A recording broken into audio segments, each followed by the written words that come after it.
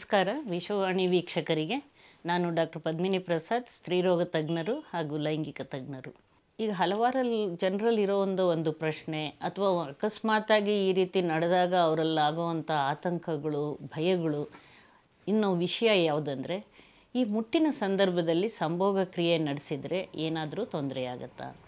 ಎಷ್ಟೊಂದು ಜನ ಅಕಸ್ಮಾತಾಗಿ ಆ ಸಮಯದಲ್ಲಿ ಅವರು ಸಂಭೋಗ ಕ್ರಿಯೆ ನಡೆಸಿದಾಗ ಭಯದಿಂದ, ಹೆದರಿಕೆಯಿಂದ ಎಷ್ಟೋ ಜನ ಸ್ತ್ರೀಯರು ನನ್ನಲ್ಲಿ ಬರೋದುಂಟು.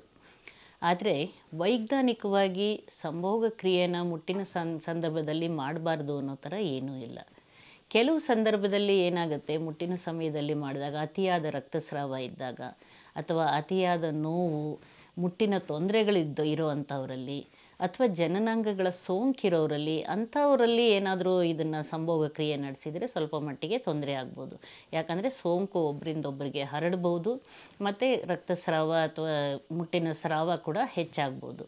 ಆದರೆ ಸಹಜ ಇದು ಮುಟ್ಟಿನ ಸಂದರ್ಭ ಇದ್ದಾಗ ಮತ್ತು ಯಾವುದೇ ರೀತಿಯ ಅತಿಯಾದ ರಕ್ತಸ್ರಾವ ಅಥವಾ ಯಾವುದೇ ಜನನಾಂಗದ ಸೋಂಕು ಏನೂ ಇಲ್ಲದೇ ಇರೋ ಸಮಯದಲ್ಲಿ ಅವರು ಸರಿಯಾದ ರೀತಿಯ ಒಂದು ಸ್ವಚ್ಛತೆಯನ್ನು ಕಾಪಾಡಿಕೊಂಡಾಗ, ಸಂಭೋಗಕ್ಕೆ ಮುಂಚೆ ಅವರು ಒಂದು ಸೋಪು ನೀರಿನಲ್ಲಿ ಜನನಾಂಗನ ತೊಳೆದುಕೊಂಡು, ಸಂಭೋಗದ ನಂತರ ಕೂಡ ಅವರು ಅದನ್ನು ತಕ್ಷಣ ತೊಳೆದುಕೊಂಡು ಅವರ ಒಂದು ಸ್ವಚ್ಛತೆ ಕಾಪಾಡಿಕೊಂಡ್ರೆ ಅದರಿಂದಾಗಿ ಯಾವುದೇ ರೀತಿಯ ಹೆಚ್ಚಿನ ತೊಂದರೆ ಆಗೋದಿಲ್ಲ.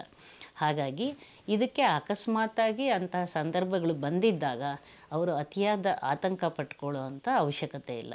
ಇನ್ನೂ ಒಂದೇನೆಂದರೆ, ಮುಟ್ಟಿನ ತೊಂದರೆ ಅಥವಾ ಮುಟ್ಟಿನ ನೋವಿರೋರಲ್ಲಿ ಈ ಸಂಭೋಗ ಕ್ರಿಯೆಯಿಂದ ಕಿಬ್ಬೊಟ್ಟೆಯ ಸ್ನಾಯುಗಳು ಸಡಿಲಗೊಂಡು ಆ ಮುಟ್ಟಿನ ನೋವು ಕೂಡ ಕಡಿಮೆ ಆಗುತ್ತೆ ಅನ್ನೋದನ್ನು ವೈಜ್ಞಾನಿಕವಾಗಿ ಹೇಳಿದ್ದಾರೆ. ಹಾಗೆ ಅದೇ ರೀತಿ ಗಂಡಸರಲ್ಲೂ ಕೂಡ ಏನಾದರೂ ಸೋಂಕಿದ್ದಾಗ ಅವರು ಆ ಸಮಯದಲ್ಲಿ ಸಂಭೋಗ ಕ್ರಿಯೆ ನಡೆಸಬಾರ್ದು.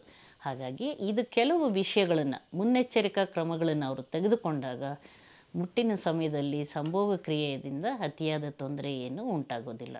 ಆದರೆ ನಾವು ಹೇಳ್ದಂಗೆ ಯಾವುದೇ ಕಾರಣಕ್ಕೆ ಅವರಲ್ಲಿ ಅತಿಯಾದ ರಕ್ತಸ್ರಾವ ಇದ್ದಾಗ, ಯಾಕಂದರೆ ಗರ್ಭಕೋಶದಲ್ಲಿ ಏನಾದರೂ ತೊಂದರೆ ಇರ್ಬೋದು, ಗರ್ಭಕಂಠದಲ್ಲಿ ತೊಂದರೆ ಇರ್ಬೋದು, ಜನನಾಂಗದಲ್ಲಿ ತೊಂದರೆ ಇರ್ಬೋದು, ಅಂಥ ಸಮಯಗಳಲ್ಲಿ ಮೊದಲೇ ಅವರು ವೈದ್ಯರ ಹತ್ರ ಬಂದು ಸರಿಯಾದ ಚಿಕಿತ್ಸೆಯನ್ನು ಪಡ್ಕೊಳ್ಬೇಕಾಗತ್ತೆ.